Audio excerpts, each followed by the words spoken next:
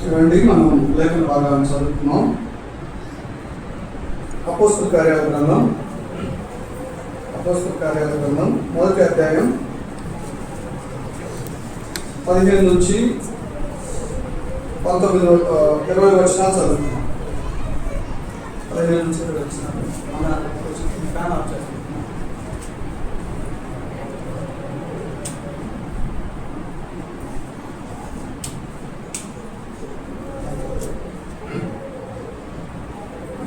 అపోస్తల కార్యాల గ్రంథం మొదటి అధ్యాయం 15 నుంచి 20 వచనాలు చదువుతా ఉన్నాను. ఆలోచించవలసిందిగా కోరుతా ఉన్నాను.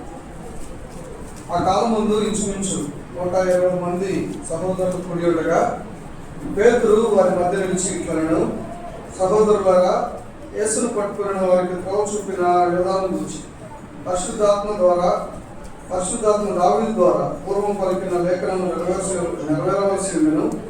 అతడు మనలో ఒకటిగా ఎంచబడిన వాడై ఈ పరిచర్యలో పాల్పొందెను. ఈ యోధ ద్రోహం వల్ల సంపాదించిన రొక్కల నుంచి ఒక పొలం కొనెను. అతడు తల కిందలుగా పడిన వీటి బద్దలైన అతని పేగులన్నీ బయటకు వచ్చాను.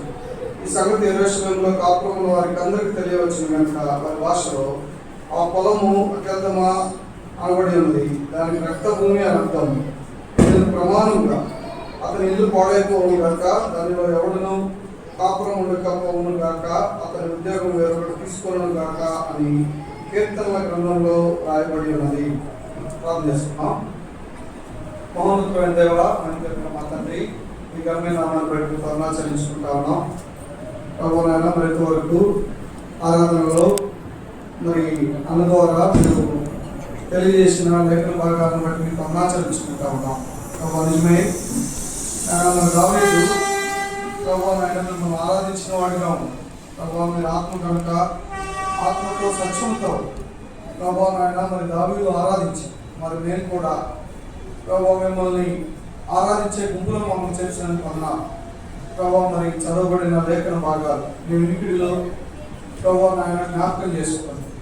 ప్రభు ఆయన మరి ఈ లేఖనాలు ఎందుకొరకు మాకు అనుగ్రహించబడ్డాయో ప్రభు మరి ఆ లేఖనాల ఉద్దేశం మా జీవితంలో నెరవేరినట్లుగా ప్రభు ఆయన మరి ఈ లేఖనాల ద్వారా మీరే మాకు మాట్లాడుతున్న నన్ను వింటున్న మా ప్రియులను మీరే జ్ఞాపకం చేసుకున్నాం. యేసు ప్రభు శక్తిగా నామములో స్తుతులు సమర్పించి ప్రార్థించడం పెడుతున్నాం తండ్రి, ఆమేన్. ఇలాగా మనం చదవబడిన లేఖన భాగాల్లో కొంచెం నేను పోయినసారి చెప్పినట్టున్నాను, మళ్ళా ఆ విషయాన్ని జ్ఞాపకం చేస్తా. కొన్నిసార్లు నేను నా ప్రసంగం కొంచెం క్వశ్చన్ ఆన్సర్ లాగా ఉంటుంది. మీరు చెప్పగలిగితే చెప్పండి, లేకపోతే నేను చెప్తాను. కాబట్టి క్వశ్చన్ అడగొద్దని మాత్రం మీరు సీరియస్గా చూడద్దు, నాకు అలవాటు. కాబట్టి 1 by 1 కొన్ని విషయాలను మనం ధ్యానించుకొని త్వరగా నాకు ఇవ్వబడిన సమయంలో నేను ముగిస్తాను. ఇక్కడ చూడండి, ఇక్కడ మనం చూసిన సందర్భం ఆ కాలం మంది సహోదరులకి కనపరుచుకున్నాడు, కానీ వాళ్ళు ఎవరు ఇక్కడ లేరు. కేవలం ఉంది 120 మంది. మరి వాళ్ళు ఏమైపోయినట్టు? మరి వాళ్ళు ఏమన్నా మనం విశ్వాసులు అనలేమా అంటే విశ్వాసులే కానీ ఇక్కడ లేరు, ఈ గుంపులో లేరు, చేర్చబడలా. కారణం ఏంటి అని కనుక మనం చూసినట్లయితే పిల్లరా చూడండి, సమస్య ఏంటంటే ఆ దినాలలో అనేక మంది ప్రభువుని వెంబడించిన వాళ్ళు ఉన్నారు. అయితే వాళ్ళు దేని కొరకు వెంబడించారంటే వాళ్ళ అవసరాల నిమిత్తం వెంబడించారు. అది వాళ్ళ కోరికలు తీర్చుకోవడానికి వెంబడించారు. వారికి ఉన్నటువంటి రోగాలనే సమస్య నుండి విడిపించబడటానికి ప్రభువుని వెంబడించారు. లేకపోతే వారి యొక్క భౌతిక అవసరాలని తీర్చుకోవడానికి ప్రభువుని వెంబడించారు. నేను అంటాను, ఈ లోకంలో విశ్వాసులు కాకుండా అన్యులు కూడా వారి దేవుని దగ్గరికి వెళ్తారు. ఎందుకు వెళ్తారు చెప్పండి? ఇప్పుడు మనకు తెలుసు, అన్యులు వారు తిరుపతి వెళ్తారు, శ్రీశైలం వెళ్తారు, లేకపోతే రకరకాల టెంపుల్స్ దగ్గరికి వెళ్తా ఉంటారు. మరి వారు వాళ్ళ దేవుని దగ్గరికి వెళ్తున్నారు కదా, దేని నిమిత్తం వెళ్తారంటే వాళ్ళు వారికి ఉన్న భౌతిక అవసరాలను తీర్చుకోవడానికే వెళ్తారు. అంటే దేవుని దగ్గరికి వెళ్తే మాకు మేలు జరుగుద్ది, దేవుడి దగ్గరికి వెళ్తే మా పిల్లలకు ఉద్యోగాలు వస్తాయి, దేవుడి దగ్గరికి వెళ్తే మాకు మంచి జరుగుద్ది, ఇట్లా అంటే వారి ఆలోచనలన్నీ మీరు గమనించండి. లోకస్తుల ఆలోచనలు, వారు దేవుడి దగ్గరికి వెళ్ళటానికి వాళ్ళకున్న ఆలోచన ఏంటంటే భౌతిక లోకంలో ఉన్న అవసరాల నిమిత్తమే దేవుడి దగ్గరికి వెళ్తారు. ఒకవేళ మరి విశ్వాసంగా ఉన్న మనం కూడా ఈ లోకంలో ఉన్న ఈ భౌతిక అవసరాల కోసమే ప్రభు దగ్గరికే కనుక నువ్వు వచ్చినట్లయితే నీకు ప్రభు ఎవరో ఇంకా అర్థం కానట్టు పిల్లరా. ఎందుకంటే యేసు ప్రభు అసలు ఈ లోకానికి ఎందుకు వచ్చాడు? భౌతిక లోకంలో ఉన్న మన అవసరాలు తీర్చడానికా? కాదు. ఈ లోకంలో ఉన్న మన అవసరాలు తీర్చడానికి అయితే ఆయన ఈ లోకానికి రావాల్సిన అవసరమే లేదు. అందుకే మనకి పేతురు గ్రంథంలో ఉంటది కదా, యేసు ప్రభు తిమోతి పత్రిక మొదటి తిమోతి 1:17 ఎందుకు ఉంటుంది? యేసు ప్రభు ఈ లోకానికి ఎందుకు వచ్చాడంట? పాపాన్ని తీసివేయటానికి యేసు ప్రభు ఈ లోకానికి వచ్చాడు. పాపం చాలా ప్రమాదకరమైనది. ఈ విషయాన్ని మనం జాగ్రత్తగా గమనించుకోవాలి పిల్లరా. రక్షణ అంటే ఏంటయ్యా అంటే మన పాపం నుండి విడిపించబడటం.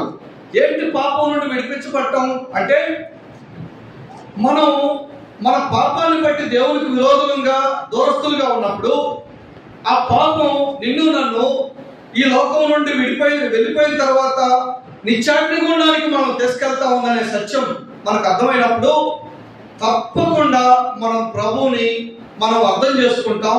తప్పకుండా మన పాపాల విషయంలో పశ్చాత్తాపడతాం. తప్పకుండా మన పాపం నుండి విడిపించబడిన మనం ఇక ప్రభు కొరకు బ్రతుకుతాం. ఈ విషయం అనేక మందికి అర్థం కాల. ఆ రోజు అర్థం కాల, ఈ రోజు అర్థం కాల. అందుకే పిల్లలు చూడండి, కొన్ని వేల మంది ప్రభువుని వెంబడించారు, కానీ మిగిలింది 120 మందే. పిల్లలు చూడండి, ఆ దినాలలో అలాంటి విశ్వాసులే ఉన్నారు, ఈ దినాలలో సంఘాలలో కూడా అలాంటి వారే ఉన్నారు. అందుకే నేను అంటాను, సంఘాలకు వెళ్ళే వాళ్ళంతా కూడా విశ్వాసులు కాదు. లేకపోతే బైబిల్ పట్టుకొని పాటలు పాడే వాళ్ళు, ప్రసంగించే వాళ్ళంతా విశ్వాసులు కాదు. ఎవరైతే తండ్రి చిత్తాన్ని అనుసరించి నడుచుకుంటారో వారు మాత్రమే విశ్వాసులు అనే మాట లేఖనాల్లో రాయబడింది. పిల్లల అందుకే చూడండి, ఎప్పుడు కూడా శేషం కొద్దిగా ఉంటుంది. అందుకే సహజంగా ఈ రోజుల్లో ఏమంటామంటే, ఎక్కువ మంది విశ్వాసులు ఉన్నారనుకో అది మంచి సంఘం, కొద్ది మంది ఉన్నారంటే అది సరైన పరిచర్య జరగని సంఘం అంటా ఉంటారు. అది కాదు. కొద్ది మంది అయినా ఎక్కువ మంది అయినా అది ప్రాముఖ్యం కాదు. కానీ పవిత్రంగా బ్రతికే కొద్ది మంది ఉన్నదా అది దేవునికి ఇష్టమైన సంఘం. అంతే తప్ప 300 మంది 400 మంది ఉంటే పెద్ద సంఘం మంచి సంఘం అని, 10 మంది 20 మంది ఉంటే అది మంచి సంఘం కాదు అనే భ్రమలో బ్రతకాల్సిన అవసరం లేదు. ఎప్పుడు కూడా ప్రభు దగ్గర శేషం కొద్దిమంది మిగులుతారు. చూడండి, ఇక్కడ 120 మంది మాత్రమే మిగిలారు. 120 మంది మిగిలి ఉన్నప్పుడు చూడండి పిల్లలు, 120 మంది సహోదరులు కూడి ఉండగా పేతురు వారి మధ్య నిలిచి ఇట్లా అనమాట. పేతురు వారి మధ్య నిలిచి ఎవరు మాట్లాడుతా ఉన్నాడంటే 16వ వచనం, సహోదరులారా, యేసును పట్టుకున్న వారికి త్రోవ చూపిన యోధాను గురించి అన్నమాట. పిల్లరా, వాస్తవానికి ఇది పేతురు జీవితంలో మొట్టమొదటి ప్రసంగం. ఒక రకంగా చెప్పాలంటే యేసు ప్రభు చనిపోయి ఇక ఆయన తిరిగి లేచి పరలోకానికి వెళ్ళిన తర్వాత సంఘ బాధ్యతల్ని ఎవరికి అప్పగించాడు? ప్రభు పేతురుకి అప్పగించాడు.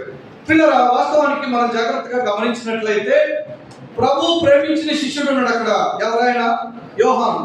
కానీ యోహానికి పరిచర్యను అప్పగించలా. నాయకత్వ బాధ్యత దేవుడు ఎవరికి అప్పగించాడు? పేతురుకి అప్పగించాడు. పిల్లరా, మరి మన సహజంగా అక్కడ అనిపించేది ఏంటంటే, యోహాను ప్రభువును ప్రేమించిన వాడు, చాలా బాధ్యత కలిగిన వాడు. ఎంతగా అంటే ఆ రోజు ప్రభు శిలువ దగ్గర నిలవబడిన వ్యక్తి యోహానే, పేతురు కాదు. పేతురు పారిపోయాడు. మరి అటువంటి యోహానుకి మరి ప్రభు ఎందుకు ఈ బాధ్యతను అప్పగించలా? మరి వాస్తవానికి పేతురు నిలబడ్డప్పుడు యోహాను మనసులో ఏమనుకోని ఉండాలా? ఒకవేళ అక్కడ మనం అనుకుంటున్నాం అనుకో, మనం ఏమనుకుంటాం చెప్పండి? అరే అసలు ఈ సంఘానికి సీనియర్ ఎవరు? నేను కదా, ఈ బాధ్యత ఎవరిది? నాది కదా. నేను ఇప్పుడు వచ్చి పారిపోయిన పేతురుకి అప్పగిస్తున్నాడు ఏంటి? పేతురు పారిపోతే నేను నా ప్రాణాలను సైతం పరంగా పెట్టి నేను ప్రభు దగ్గర ఉన్న ప్రభువును ప్రేమించిన వాడిని అని యోహాను అనుకోలా. పిల్లరా, కారణం ఏంటయ్యా అంటే బాధ్యతలు దేవుడు ఎవరికి అప్పగించాలో ప్రభువుకు తెలుసు. ఏ బాధ్యతలు ఎవరికి ఇవ్వాలో ప్రభువుకు తెలుసు. వాళ్ళు మాత్రం ఆ బాధ్యతల్లో నమ్మకంగా పనిచేయగలరు. కాబట్టి చాలా సార్లు మన సంఘంలో సమస్యలు ఎదురలేదు. ఎందుకంటే కొద్దిమంది కాబట్టి చక్కగా హ్యాపీ అన్నకి మన అన్నకి ఎవరికి ఎదురు చెప్పే వాళ్ళు ఉండరు ఇక్కడ. సో చక్కగా వాళ్ళు ఏం చెప్పినా మనం వింటూ ఉంటాం, ఫాలో అవుతూ ఉంటాం. సహజంగా పెద్ద మన అసెంబ్లీస్ లో ముఖ్యంగా ఇద్దరు ముగ్గురు పెద్దలు ఉంటే వాళ్ళకి పడదు. ఎందుకంటే నేను చాలా సంఘాలు తిరుగుతూ ఉంటా, వాళ్ళిద్దరు పలుకోరు, ఇద్దరు వందనాలు చెప్తుంటారు, మళ్ళా బయటకు వెళ్తే ఆ కత్తులు నూరుకుంటా ఉంటారు. ఎక్కడైనా చూడండి ఏ సమస్యలు. కారణం ఏంటయ్యా అంటే ప్రభు గురించిన సరైన అవగాహన లేకపోవటం. పిల్లలు చూడండి, దేవుడు ఏ బాధ్యత అప్పగిస్తే ఆ బాధ్యతలో నమ్మకం ఉండటం మనం చేయాలి. మీరు అందుకే చూడండి, ఇక్కడ ప్రభు పేతురుకి అప్పగించాడు ఆ బాధ్యత.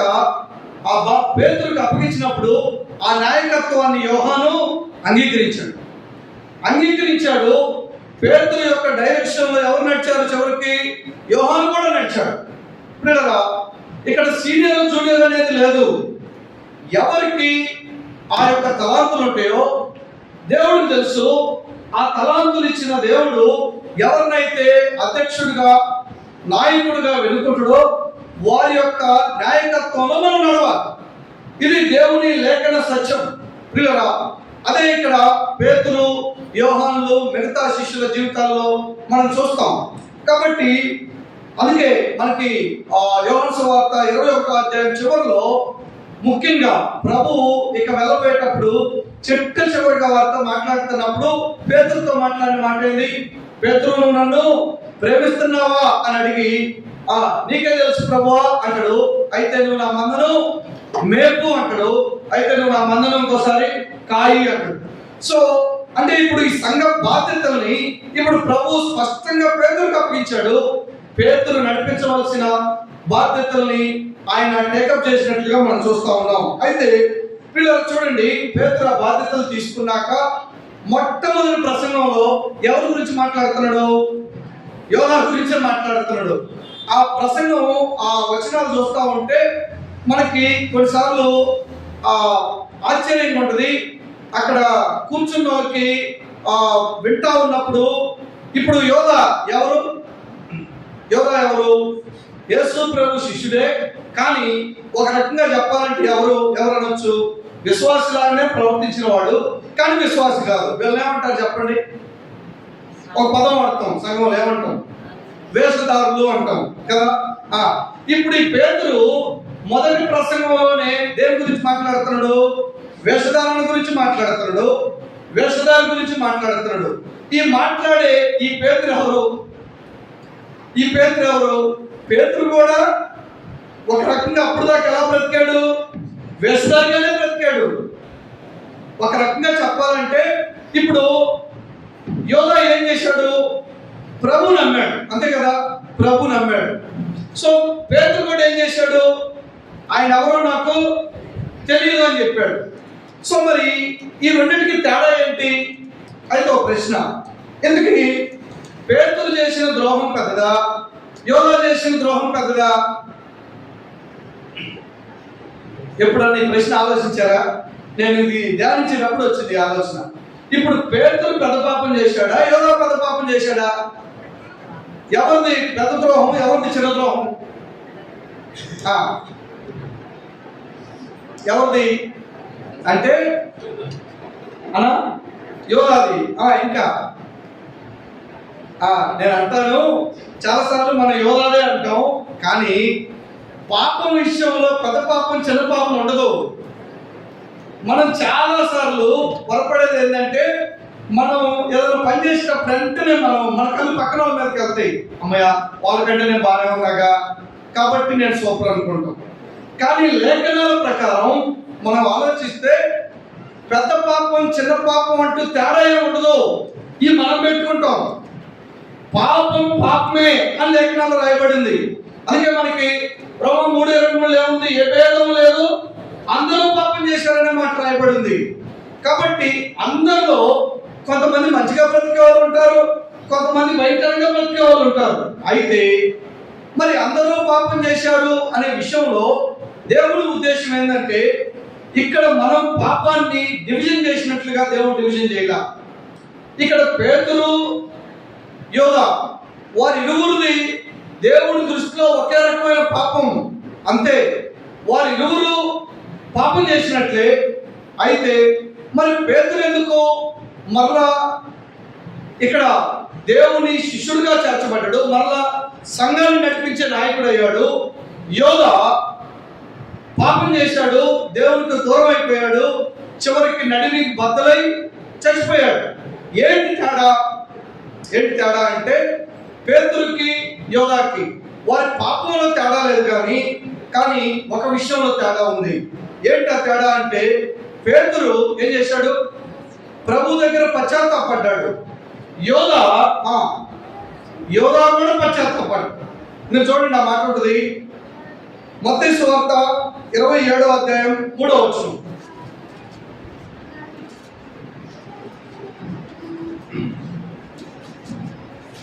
మత్తయి సువార్త 27:3.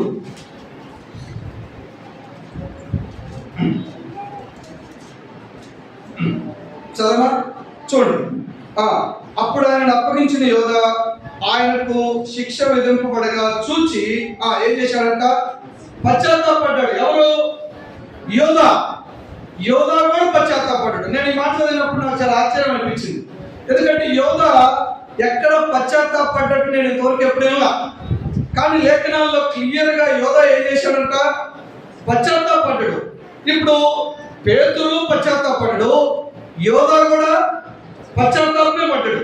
మరి అయితే సమస్య ఎక్కడ ఉంది అంటే, పిల్లలు చూడండి, పశ్చాత్తాపడి ఆ 30 వెండి నాణెములు ప్రధాన యాజకుల యొద్దకు పెద్దల యొద్దకు మరలా తెచ్చి, నేను నిరపరాధ రక్తమును అప్పగించి పాపం చేసిందని చెప్పిన. సో పాపం చేశానని కూడా గ్రహించాడు. పశ్చాత్తాపడ్డాడు, తన పాపని గ్రహించాడు. పాపం చేసిందని చెప్పిన. వారు దానితో మాకేమి, నీవే చూసుకోమని చెప్పగా అతను ఆ వెండి నాణ్యములు దేవాలయంలో పారవేసిపోయి ఊరి పెట్టుకున్నాను అన్నమాట.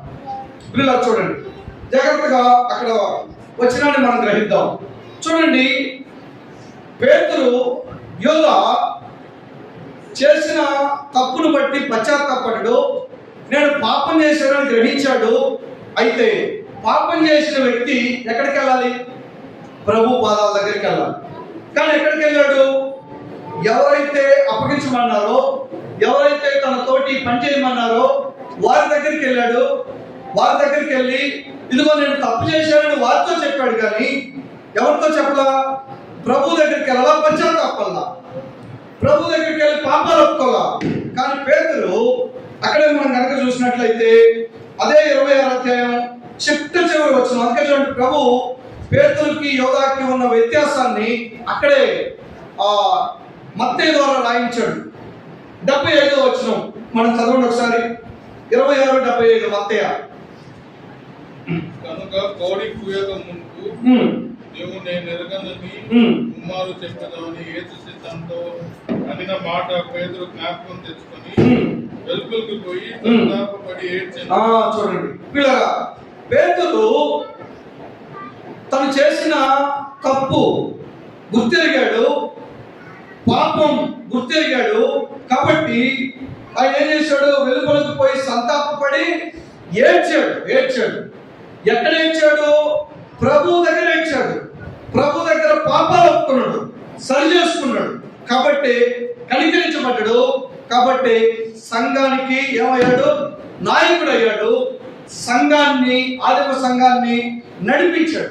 వీళ్ళరా చూడండి, ఇక్కడ వీరిరువురు యోధా, పేతురు, ఈ ఇరువురు కూడా 2 రకాల వ్యక్తిత్వాలు కలిగిన వ్యక్తులకి మాదిరిగా ఉన్నారు. చాలాసార్లు మన వ్యక్తిగత జీవితంలో మనం కూడా ఏం చేస్తామంటే పేతురు యొక్క మాదిరిని మనం అనుసరించం, కానీ ఎవరి మాదిరిని అనుసరిస్తున్నాం?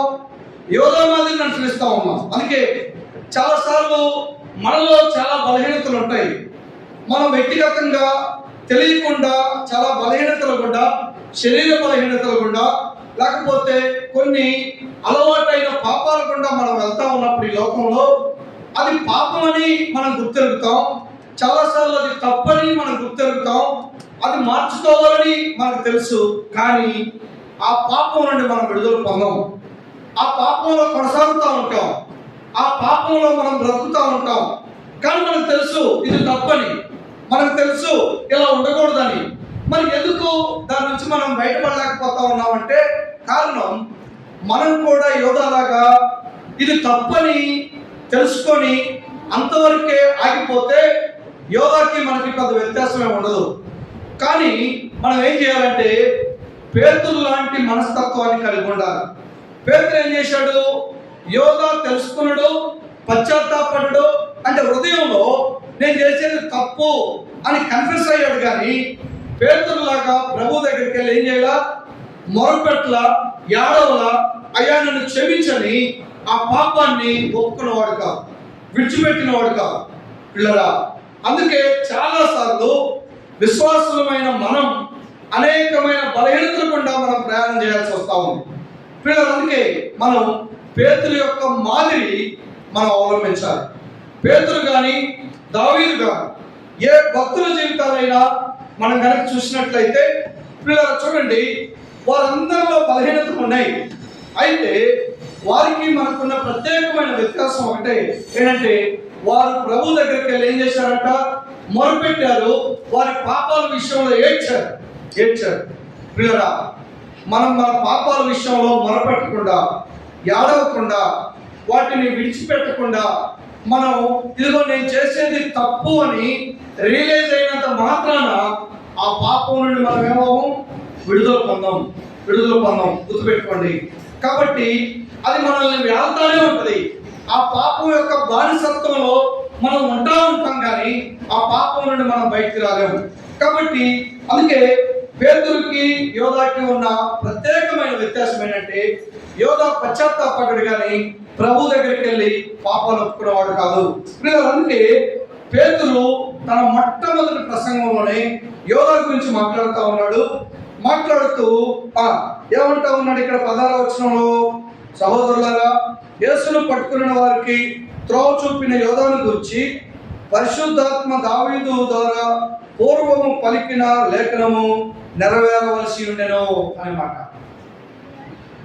సంఘానికి అంటే ఆ 120 మందికి మొట్టమొదట పేతురు జ్ఞాపకం చేసేది ఏంటంటే లేఖనాల నెరవేర్పు గురించి మాట్లాడుతూ ఉన్నాడు. పిల్లగా మనం కూడా సంఘంగా మనం ఈ లేఖనాలు చదివేటప్పుడు కానీ, ఈ లేఖనాలు ధ్యానించేటప్పుడు కానీ, వినేటప్పుడు కానీ మనం అర్థం చేసుకోవాల్సింది ఏంటంటే లేఖనము ఎప్పుడు కూడా ఎక్కడి నుంచి వచ్చింది?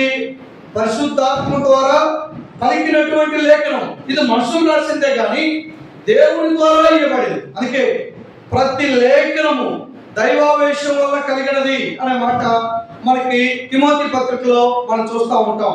కాబట్టి ప్రియులారా, ప్రతి లేఖనము దైవావేశం వల్ల కలిగినది. కాబట్టి మనం లేఖనాన్ని మీరితే ఎవరిని మీరినట్టు? దేవుని మీరినట్టే.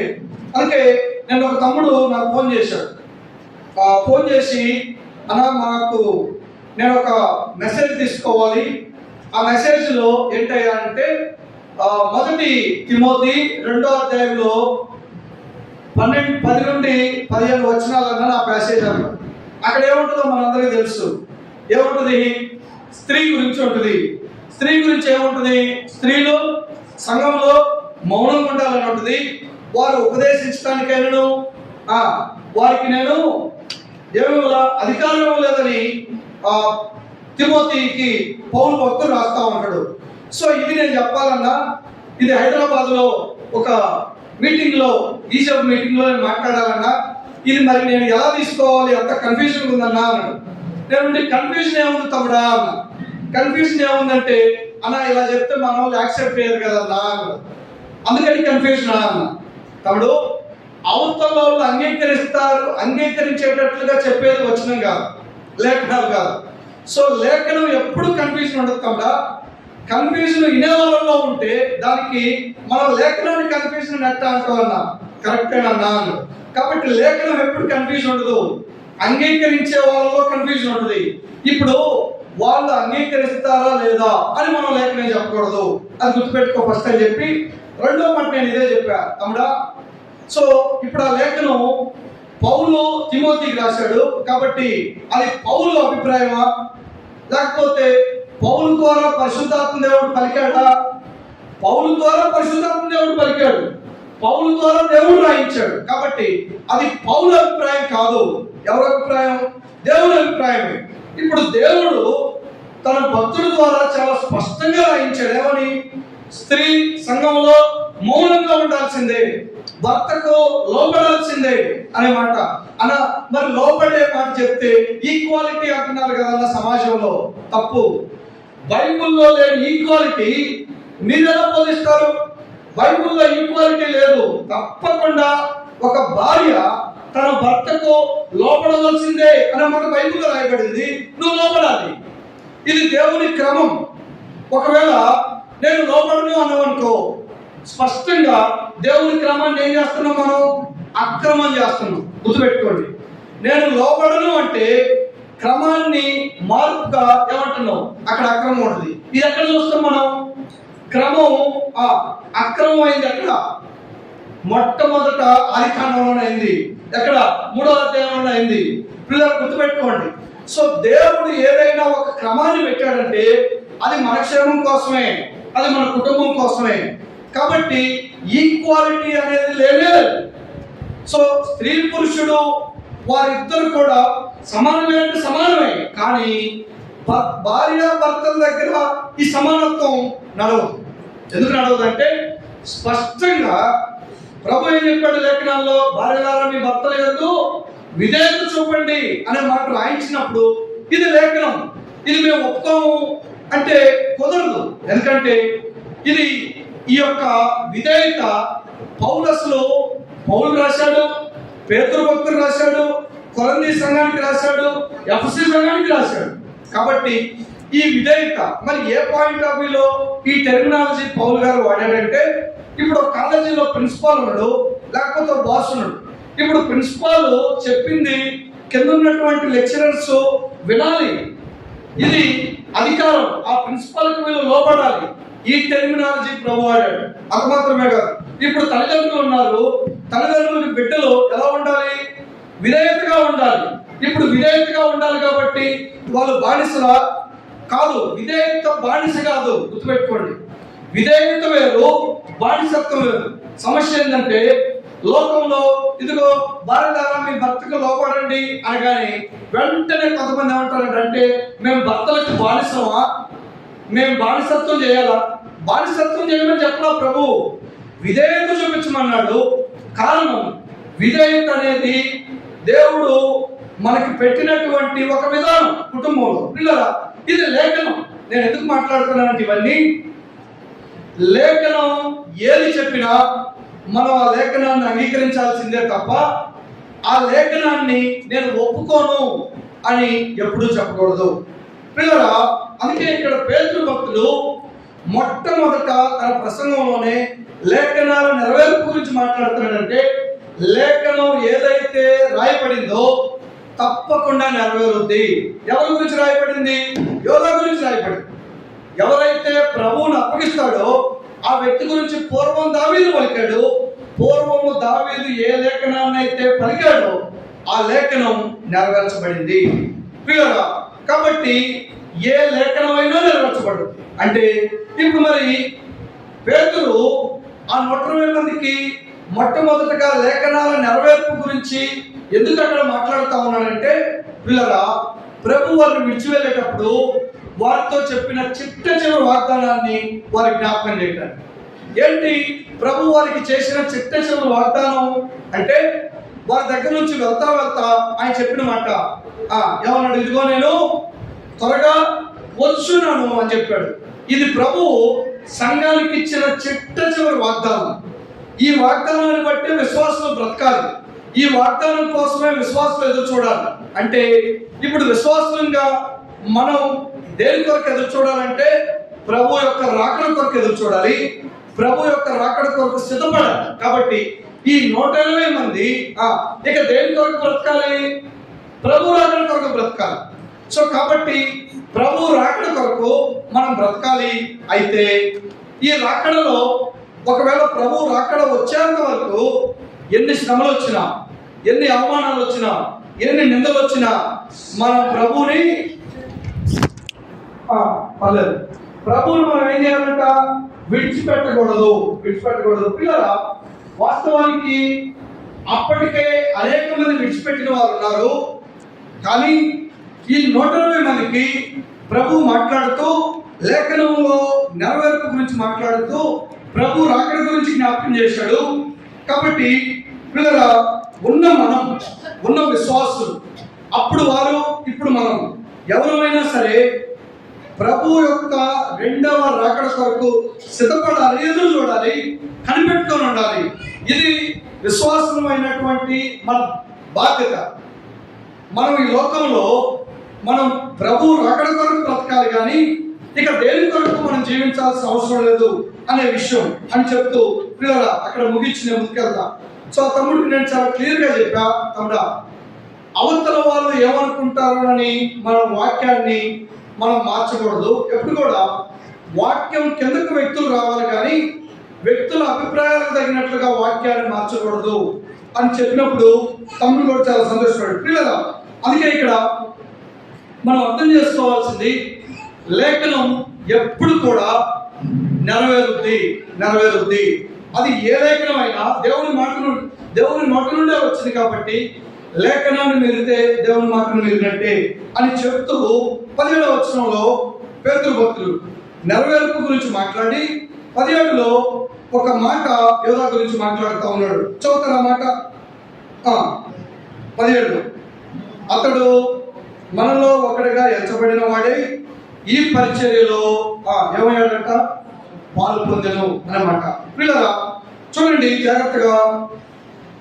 పేతురు యోధా గురించి మాట్లాడుతూ 2 పదాలు అక్కడ రెండు మాటలు యోధా గురించి మాట్లాడుతూ ఉన్నాడు. ఏమనంటే మొట్టమొదటిగా ఏమన్నాడంటే అతడు మనలో ఒకటిగా ఎంచబడ్డాడు. మనలో ఒకటిగా ఎంచబడ్డాడు అన్నప్పుడు ఎవరిలో ఒకటిగా ఎంచబడ్డాడు? యేసు ప్రభువుకున్న 12 మంది శిష్యుల్లో ఒకటిగా ఎంచబడ్డాడు. ఒకటి.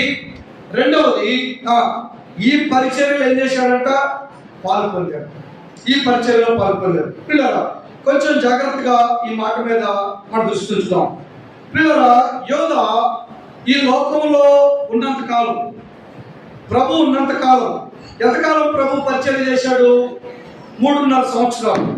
3.5 సంవత్సరాలు ఎవరితో ఉన్నాడు యోధా? ప్రభుతోటే ఉన్నాడు. ప్రభుతో ఉన్నాడు. ఆయన మాటలు వింటూ వచ్చాడు, ఆయన చూస్తూ వచ్చాడు, ఆయన అద్భుతాలు చూశాడు, ఆయనతో ఉన్నాడు. కానీ 12 మంది శిష్యుల్లో ఒకటిగా ఉన్నాడు. అంత మాత్రమే కాదు, కానీ ఈ పరిచర్యలో ఏం చేశాడంట? పాల్పొందెను. అంటే పరిచర్యలో పాల్పొందడం అంటే పరిచర్యలో ఏం చేసి ఉంటాడు? పరిచర్యలో ఏం చేశాడు? దేవుని సేవలో కొనసాగాడు. ఇది చాలా ప్రమాదకరం. పిల్లరా, దేవుని సేవలో ఉన్నాడు. దేవుని సేవ అంటే ఏంటి? పరిచర్య అంటే ఏంది? ఇది చెప్పండి, నేను త్వరగా ముగిస్తా. పరిచర్య అంటే పరిచర్య 4 విధాలు. ఏంటి అంటే ఒకవేళ పరిచర్యలో కొన్నిసార్లు ప్రసంగించాల్సి వస్తుంది, పాటలు పాడే పరిచర్య ఉంటుంది, ప్రార్థన చేసే పరిచర్య ఉంటుంది, లేకపోతే నాయకుడిగా ఉండి సంఘాన్ని నడిపించే పరిచర్య ఉంటుంది. సో రకరకాల పరిచర్యలు ఉంటాయి. అయితే ఆ 3.5 సంవత్సరాలు ఈ యోధా ఎక్కడున్నాడు? పరిచర్యలో పాల్పొందాడు. వీళ్ళరా ఆశ్చర్యం చూడండి.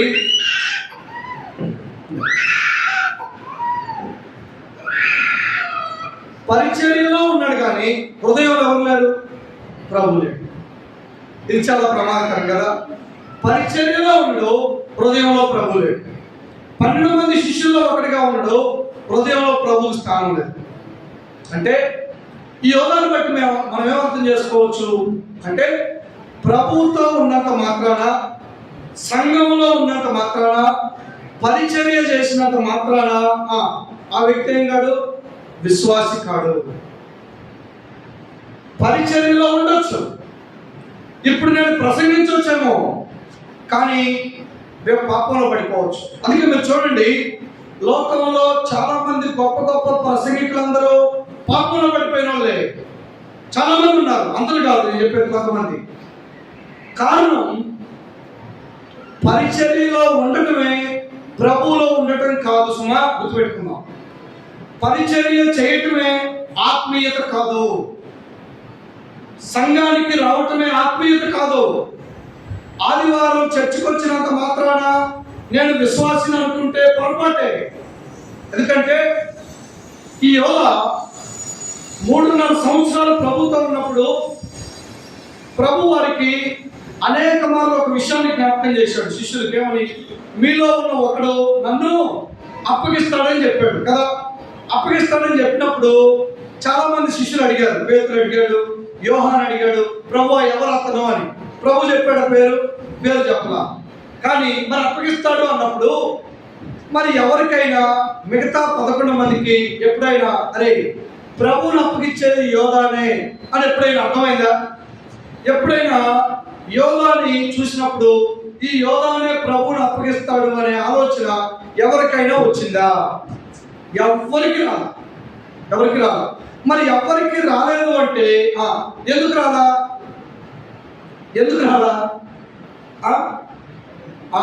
యోధ అంత బాగా నటించాడు.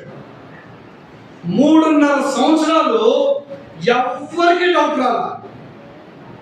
అంటే ఒక రకంగా చెప్పాలంటే మిగతా శిష్యులు ఎలాగైతే బ్రతికారో యోధ కూడా అలాగనే బ్రతికాడు. మీరు గమనించండి, శిష్యులు ప్రార్థన చేసి ఉంటారు, యోధ కూడా ఏం చేసి ఉంటారు? ప్రార్థన. ఇప్పుడు ప్రభు ఎన్నింటికి లేస్తాడు మనకు తెలుసు. ఆయన పెందలకడనే అని మాట్లాడు. పెందలకడనే ప్రభు లేచినప్పుడు శిష్యులు కూడా లేచి ఉంటారు. లేచి ఏం చేసి ఉంటారు? వాళ్ళు మోకాళ్ళని. వాళ్ళ ప్రార్థన ఎంతసేపు ఉంటుంది చెప్పండి? సుమారుగా గంటన్నర ప్రార్థన చేసి ఉంటారుగా. ఈ గంటన్నర ప్రార్థనలో మోకాళ్ళ మీద ఉండింది ఎవరు? యోధానే. నాకు తెలిసి అందరు కళ్ళు తెరిచాక ఆమె నా కళ్ళు తెరిచి ఉంటుంది. నిజం. పిల్లరా, 3.5 సంవత్సరాలు పరిచర్యలోనే ఉన్నాడు. ప్రభు అప్పగించబడిన పనిలో నమ్మకంగా ఉన్నాడు. ఎవరికి డౌట్ రాలా. కానీ హృదయంలో ప్రభు లేదు. చూడండి ఆ మాట ఒకసారి యోహాను సువార్త 12వ అధ్యాయం 4వ వచనం చదవండి.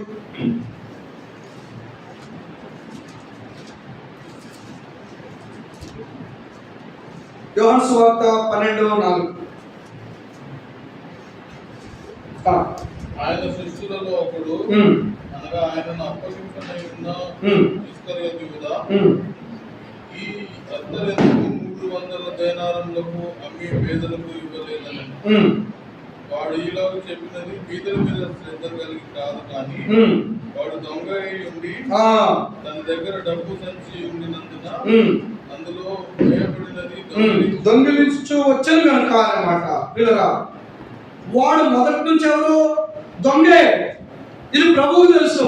పిల్లరా, ఒక విషయం చెప్పనా, మనం ప్రభు సన్నిధికి వచ్చినప్పుడు మన హృదయాంతరంగాలు ఎలా ఉన్నాయో ఎరిగిన వాడు ఎవరు? ప్రభువే. మన బ్రతుకులన్నీ ఆయనకు తెలుసు. మనం లోకాన్ని మప్పి పెట్టచ్చు, సేవకులను మప్పి పెట్టచ్చు, పెద్దలను మప్పి పెట్టచ్చు, కానీ ప్రభువుని మప్పి పెట్టలేము. మన హృదయంలో దేనికి స్థానం ఇస్తా ఉన్నామో, మన హృదయంలో అత్యున్నతమైన స్థానం దేనికి ఉందో ఎరిగిన వాడు ప్రభు. వాక్యానికి స్థానం ఇస్తున్నావా? ప్రభువుకి స్థానం ఇస్తా ఉన్నామా? లోకానికి స్థానం ఇస్తా ఉన్నామా? ప్రభువు తెలుసు. పిల్లలు చూడండి, ఈ యోధ ప్రభుతో ఉన్నాడు, కానీ హృదయంలో దేనికి స్థానం ఇచ్చాడు?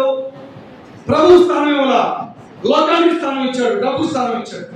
కానీ ఈ పరిచర్యలో పాల్పొందినవాడు, ఈ పరిచర్యలో పిల్లలు గుర్తుపెట్టుకోండి, ఈరోజు మనం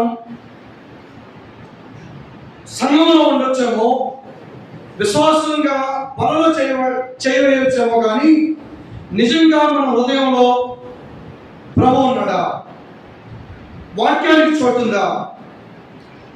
ప్రభువు చోటుందా? నిజంగా మనం పాప విషయంలో మన వైఖరేంటి? లోకం విషయంలో మన వైఖరేంటి? ఎందుకంటే మన హృదయాన్ని శోధించే దేవుడు ఉన్నాడు. ఆయన ఎదుట దేన్ని దాచిపెట్టలేము. పిల్లల యోధ 11 మంది శిష్యులను మభ్యపెట్టగలిగాడు, కానీ ఎవరు మభ్యపెట్టలేదు? దేవుని మభ్యపెట్టలేము. పిల్లలు, అందుకే పేతురు యోధాని జ్ఞాపకం చేస్తూ మాట్లాడుతున్న మాట, అతడు మనలో ఒకటిగా ఎంచబడ్డాడు, ఈ పరిచర్యలో పాలు పొందాడు, కానీ ఏమన్నాడు? ఈ యోధ ద్రోహం వల్ల సంపాదించిన రోకల నుంచి ఒక పొందడు. పిల్లల యోధ ప్రభుతో ఉండగానే దేన్ని ప్రేమించాడు? ధనాన్ని ప్రేమించాడు, డబ్బును ప్రేమించాడు. అందుకే 1 పేతురు 6:10 ధనాన్ని ప్రేమించిన వారి గురించి ప్రభు లేఖనం చాలా స్పష్టంగా రాశాడు. ఏమాట? ఒకసారి చదువుతారా? ఎందుకనగా అనే మాట చూడండి. 1 పేతురు 6:10.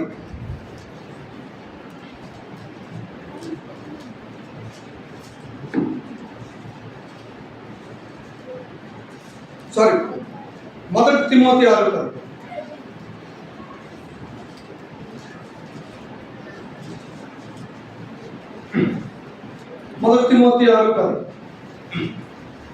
చూడండి, నేను చదువుతున్నాను. ఎందుకనగా ధనాపేక్ష సమస్తమైన కీడులకు మూలము, కొందరు దానిని ఆశించి విశ్వాసం నుండి తొలగిపోయి నానా బాధలతో తమను తామే పొడుచుకునేవి. ఈ లేఖనం ఎవరి జీవితంలో నెరవేర్చబడింది? యోధా జీవితంలో నెరవేర్చబడింది. పిల్లలు చూడండి, మొదటి నుంచి వాడు దొంగ, డబ్బును ప్రేమించాడు, లోకాన్ని ప్రేమించాడు, ధనాన్ని ప్రేమించాడు. కాబట్టి ధనాపేక్ష సమస్తమైన కీడులకు మూలం అని మాట్లాడబడింది. ఇంతకీ ఏంటి ధనాపేక్ష? ధనాపేక్ష అంటే ఏంటి? ఇప్పుడు డబ్బు సంపాదించుకోవడం తప్ప? ఇల్లు కట్టుకోవడం తప్ప? అంటే డబ్బు సంపాదించుకోవడం తప్పు కాదు, ఇల్లు కట్టుకోవడం తప్పు కాదు. కాకపోతే ధనాపేక్ష అంటే ధనాన్ని పోగేసుకోవడం కాదు, కానీ ధనాపేక్ష అంటే దేవుని కంటే ఎక్కువగా ధనాన్ని ప్రేమిస్తే అది ధనాపేక్ష. అది దేవుని కంటే ఎక్కువగా.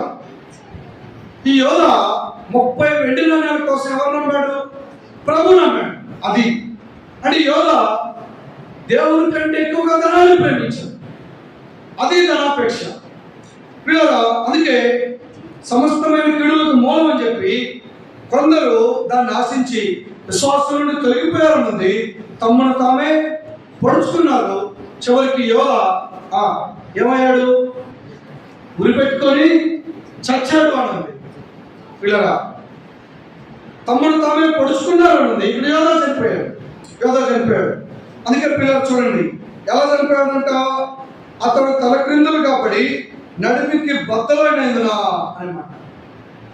పిల్లగా ఈ మాట పేతురు అక్కడ ఉన్న సంఘంతో మాట్లాడుతున్నాడు, ఆ 120 మందితో మాట్లాడుతున్నాడు.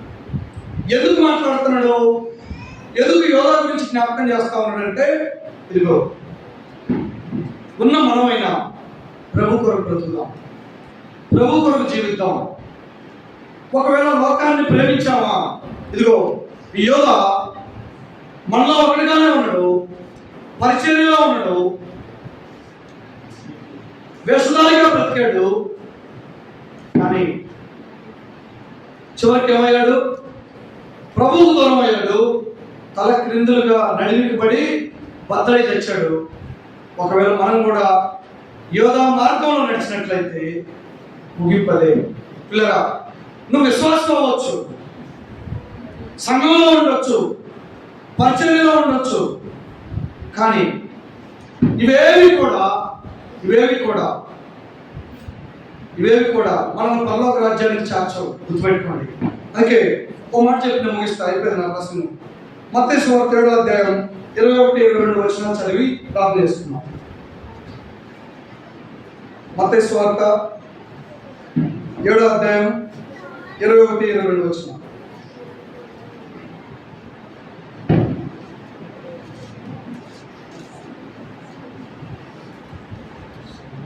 చూడండి, నేను చదువుతున్నా, చదవండి. ప్రభువా అని నన్ను పిలిచి ప్రతి వాడును పరలోక రాజ్యంలో ప్రవేశించుడు గాని పరలోకమందున నా తండ్రి చిత్త ప్రకారం చేయవాడే ప్రవేశించును. ఆ దినముందు అనేకులు నన్ను చూచి ప్రభువా మేము నీ నామమున ప్రవచింపలేదా, నీ నామమున దయ్యములను వెళ్ళగొట్టలేదా, నీ నామమున అనేకమైన అద్భుతములు చేయలేదా అని చెప్పుతున్నాను. అప్పుడు నేను మిమ్మల్ని ఎన్నడూ ఎరుగను, అక్రమము చేయవారులారా నా యొద్ద నుండి పొందని వారితో చెప్పుతున్నాను. కాబట్టి చూడండి, ప్రభు చెప్పిన మాట, ప్రభువా ప్రభు అని పిలుచు ప్రతి వాడును పరలోక రాజ్యంలో ప్రవేశింపుడు కానీ నా తండ్రి చిత్త ప్రకారం చేయవాడే అన్నమాట. నా తండ్రి చిత్త ప్రకారం చేయవాడు. ప్రభు చిత్త ప్రకారం మనం ఈ లోకంలో బ్రతకాలి. అందుకే ఇంకో మాట ఏమన్నాడు, ఇదిగో ప్రభు నీ నామమున మేము దెయ్యాలు వెళ్ళగొట్టలేదా, ఇదిగో నీ నామమున ప్రవచించలేదా అంటే అక్రమం చేయవారులారా అనే మాట పిల్లరా. అందుకే పౌలు భక్తుడు తన చివరి వృద్ధాప్యంలో ఈ లోకాన్ని విడిచిపెట్టబోయే ముందు, అందుకే పౌలు భక్తుడు తిమోతి రాసిన 2వ పత్రికలో ఆయన మాట్లాడిన మాట ఏమంటాడు, ఇదిగో నా విశ్వాసాన్ని నేను కాపాడుతున్నాను. పిల్లరా, వాస్తవానికి ఆయన చెప్పాలనుకుంటే చాలా చెప్పచ్చు. ఏమని, ఇదిగో తిమోతి, నేను ఇన్ని సంఘాలు కట్టాను, ఇన్ని దేశాలు తిరిగాను, ఇన్ని ఖండాలు తిరిగాను, ఇన్ని అద్భుతాలు చేశాను, నేను ప్రభు కొరకు చాలా ప్రయాసపడ్డా, ఇవన్నీ చెప్పొచ్చాము. కానీ ఏమీ చెప్పకుండా పౌలు భక్తులు చెప్పిన చివరి మాట, నా విశ్వాసాన్ని నేను కాపాడుతున్నాను. పిల్లరా, ఒక విశ్వాసి ఈ లోకంలో వెడలిపోయే ముందు, ఈ లోకం నుండి మనం వెళ్ళబోయే ముందు మనం చెప్పాల్సిన చివరి మాట ఏది చెప్పినా, నా విశ్వాసాన్ని నేను కాపాడుతున్నాను. పిల్లరా, యోధ ఈ లోకంలో ప్రభు వెంటే ఉన్నాడు కానీ హృదయంలో ప్రభు స్థానం కూడా బ్రతికాడు. కాబట్టి దారుణమైన ముగింపు యోధా జీవితంలో మనం చూస్తాం. పేతురు యోధా లాంటి వాడే, కానీ ప్రభు దగ్గర పశ్చాత్తాపడ్డాడు, ప్రభువును హృదయంలో చేర్చుకున్నాడు, పాపాన్ని విడిచిపెట్టాడు, ఏడ్చాడు, కనికరం పొందాడు, సంఘ నాయకుడు అయ్యాడు, అనేక మంది రక్షణకు అర్హుడయ్యాడు, అనేక మందిని పాపం నుండి తప్పించి పరలోక రాజ్యానికి వారసుగా చేశాడు. పిల్లరా, అయితే ఈరోజు మనం విశ్వాసమే, ప్రభు నమ్ముకున్న వారమే, సంఘంలో ఉన్నవారమే. అయితే ప్రభువుని నమ్ముకున్నంత మాత్రాన, సంఘంలో ఉన్నంత మాత్రాన, పరిచర్యలో ఉన్నంత మాత్రాన మనం ఎవరు పరలోక రాజ్యానికి చేరాలి. అందుకే ప్రభు అన్నమాట, అక్రమం చేయవారు నా యొద్ద నుండి పొందాడు. ఒకవేళ మన జీవితంలో ఏదైనా అక్రమం ఉందేమో, మన జీవితంలో ప్రభు క్రైస్తవమైన కార్యాలయం ఉన్నాయేమో, ఏ పాపం విషయంలో మనం రాజీ పడుతున్నాము, వాటి విషయంలో మనం సరి చేసుకున్నాం. ప్రభు యొక్క తిరుగుదాం, ప్రభు యొక్క ప్రభుత్వం కిందకు వద్దాం. ఆ పాపం విషయంలో పేతురులాగా పశ్చాత్తాపడదాం. యోధాలాగా పశ్చాత్తాపంతో ఆగిపోవడం కాదు, కానీ యోధా పశ్చాత్తాపడ్డాడు కానీ అతను ఆగిపోయాడు. కానీ పేతురు పశ్చాత్తాపడి ప్రభు పాదాల దగ్గరికి వెళ్ళాడు, పాపాలు ఒప్పుకున్నాడు, విడిచిపెట్టాడు. మనం కూడా పశ్చాత్తాపడటంతో ఆగిపోకుండా ప్రభు పాదాల దగ్గరికి వెళ్దాం, ప్రభు దగ్గర పాపాలు ఒప్పుకుందాం, ఆ పాప విషయంలో కన్నీరు కలుగుతాం, విడిచిపెడదాం. కనికరం పొందుతాం. చక్కగా ఒకనొక రోజు ఈ లోకాన్ని విడిస్తే ప్రభుతో, ప్రభు రాజ్యంలో యుగయుగాలు ఆయనతో ఉండబోతున్నామని ఒక గొప్ప నిరీక్షణతో ఈ లోకంలో బ్రతుకుదాం. విశ్వాసాన్ని కాపాడుకుందాం. ఎక్కడ కూడా అవిశ్వాసులుగా ఉండకుండా, రాజీ పడకుండా విశ్వాసం విషయంలో బ్రతుకుదాం. కలుసుకుని ప్రార్థన చేసుకుందాం. అన్న వచ్చి ప్రార్థన చేసుకుంటున్నాం.